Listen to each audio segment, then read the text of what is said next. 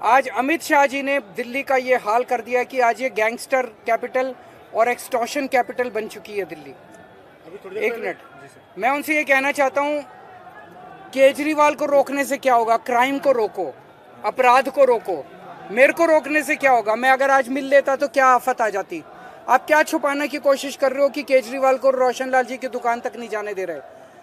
तो मैं चाहता हूं कि कानून व्यवस्था को सुधारा जाए, दिल्ली की कानून व्यवस्था को सुधारा जाए, ताकि आम लोग, महिलाएं, व्यापारी चैन से जिंदगी जी सके। सर, अभी थोड़ी देर पहले सांसद जी ने बोला कि दिल्ली सरकार के अधीन आती है आपकी तिहाड़ जेल, और ये सारी जो फोन आ रहे हैं वो सारे फिरौती कॉल जो आ रहे हैं वो वहाँ से जो है आपकी उसमें है।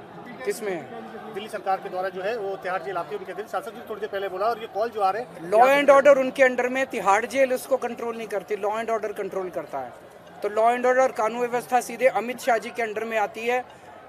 दिल्ली के लोगों ने मेरे को जिम्मेदारी दी शिक्षा की, मैंने ठीक कर दी। दिल्ली के लोगों ने मेरे को जिम्मेदारी दी स्वास्थ्य की, मैंने ठीक कर दी अस्पताल। दिल्ली के लोगों ने मेरे को जिम्मेदारी बिजली की, मैंने ठीक कर दी। दिल्ली के लोगों ने उनको जिम्मेदारी दी कानून व्यवस्था की, पुलिस की। आज कानून व्यवस्था इतनी ज़्यादा चरमरा गई है कि लोग अपने घर से बाहर निकलते हुए डर रहे हैं, महिलाएं अपने आप को सुरक्षित महसूस कर रही है, और इतनी फिरौतियां आने लग गई हैं इन दिनों में, इतनी फिरौती की कॉल्स। आज मेरे को यहाँ क्यों आना पड़ा? कोई एक आध घटना होती तब तो चलो कोई बात नहीं, हो जाता है, लेकिन आज दिल्ली के अंदर हर दूसरे व्यापारी को फिरौती की कॉल्स आ रही हैं। ये तो ठीक नहीं है सर। दिल्ली पुलिस कह रही है 2 महीने वो मैं अब आप उन्होंने केवल 2 जो शूटर थे उनको पकड़ा है। उन शूटर्स ने मुझे बताया गया है कि कहा है पुलिस को कि हमें ऊपर से कहा गया था, हमें भेजा गया। किसने भेजा? मास्टरमाइंड को क्यों नहीं पकड़ा गया अभी तक? तो इसका मतलब तो लीपापोती की जा रही है, केस को बंद करने की कोशिश की जा रही है, असली मुजरिमों को नहीं पकड़ा जा रहा। अगर असली मुजरिमों को नहीं पकड़ा जाएगा तो फिर तो ये बढ़ेगी।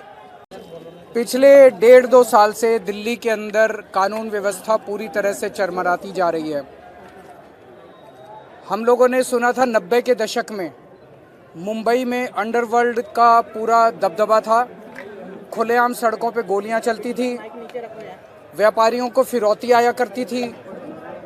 हमने कभी सोचा नहीं था कि दिल्ली एक दिन ये माहौल देखेगी। आज दिल्ली के अंदर खुलेआम गैंगस्टर्स का कब्जा हो गया है, खुलेआम व्यापारियों को फिरौती की फ़ोन आ रहे हैं, खुलेआम गोलियां चल रही हैं।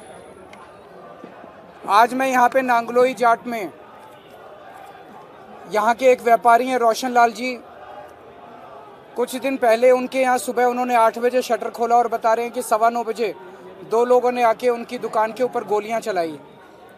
कौन थे वो लोग, क्या चाहते थे, किसी को नहीं पता।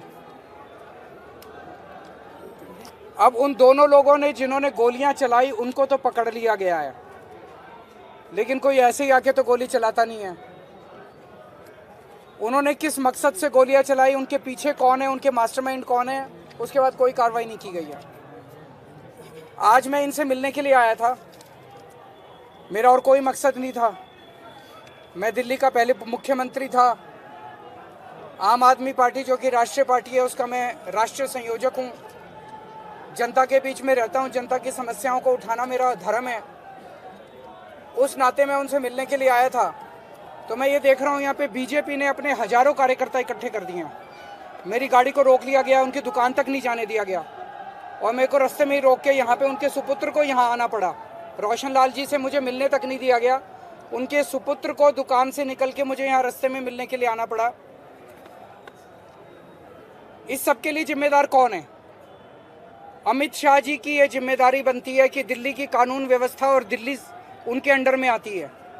आज अमित शाह जी ने दिल्ली का ये हाल कर दिया कि आज ये गैंगस्टर कैपिटल और एक्सटॉर्शन कैपिटल बन चुकी है दिल्ली। एक मिनट, मैं उनसे ये कहना चाहता हूँ, केजरीवाल को रोकने से क्या होगा? क्राइम को रोको, अपराध को रोको। मेरे को रोकने से क्या होगा? मैं अगर आज मिल लेता तो क्या आफत आ जाती? आप क्या छुपाने की कोशिश कर रहे हो कि केजरीवाल को रोशन लाल जी की दुकान तक नहीं जाने दे रहे? तो मैं चाहता हूं कि कानून व्यवस्था को सुधारा जाए, दिल्ली की कानून व्यवस्था को सुधारा जाए, ताकि आम लोग, महिलाएं, व्यापारी चैन से जिंदगी जी सके। सर, अभी थोड़ी देर पहले सांसद जी ने बोला कि दिल्ली सरकार के अधीन आती है आपकी तिहाड़ जेल, और ये सारी जो फोन आ रहे हैं वो सारे फिरौती कॉल जो आ रहे हैं वो वहाँ से जो है आपकी उसमें है, किसमें है? दिल्ली सरकार के द्वारा जो है वो तिहाड़ जेल आपके उनके दिन सांसद जी थोड़ी देर पहले बोला, और ये कॉल जो आ रहे हैं लॉ एंड ऑर्डर उनके अंडर में, तिहाड़ जेल उसको कंट्रोल नहीं करती, लॉ एंड ऑर्डर कंट्रोल करता है। तो लॉ एंड ऑर्डर कानून व्यवस्था सीधे अमित शाह जी के अंडर में आती है। दिल्ली के लोगों ने मेरे को जिम्मेदारी दी शिक्षा की, मैंने ठीक कर दी। दिल्ली के लोगों ने मेरे को जिम्मेदारी दी स्वास्थ्य की, मैंने ठीक कर दी अस्पताल। दिल्ली के लोगों ने मेरे को जिम्मेदारी बिजली की, मैंने ठीक कर दी। दिल्ली के लोगों ने उनको जिम्मेदारी दी कानून व्यवस्था की, पुलिस की। आज कानून व्यवस्था इतनी ज़्यादा चरमरा गई है कि लोग अपने घर से बाहर निकलते हुए डर रहे हैं, महिलाएं अपने आप को सुरक्षित महसूस कर रही है, और इतनी फिरौतियां आने लग गई हैं इन दिनों में, इतनी फिरौती की कॉल्स। आज मेरे को यहाँ क्यों आना पड़ा? कोई एक आध घटना होती तब तो चलो कोई बात नहीं, हो जाता है, लेकिन आज दिल्ली के अंदर हर दूसरे व्यापारी को फिरौती की कॉल्स आ रही हैं, ये तो ठीक नहीं है। सर दिल्ली पुलिस कह रही है 2 महीने वो पुरानी मैं घटना है, अब आप हाईलाइट उन्होंने केवल 2 जो शूटर थे उनको पकड़ा है। उन शूटर्स ने मुझे बताया गया है कि कहा है पुलिस को कि हमें ऊपर से कहा गया था, हमें भेजा गया। किसने भेजा? मास्टरमाइंड को क्यों नहीं पकड़ा गया अभी तक? तो इसका मतलब तो लीपापोती की जा रही है, केस को बंद करने की कोशिश की जा रही है, असली मुजरिमों को नहीं पकड़ा जा रहा। अगर असली मुजरिमों को नहीं पकड़ा जाएगा तो फिर तो ये बढ़ेगी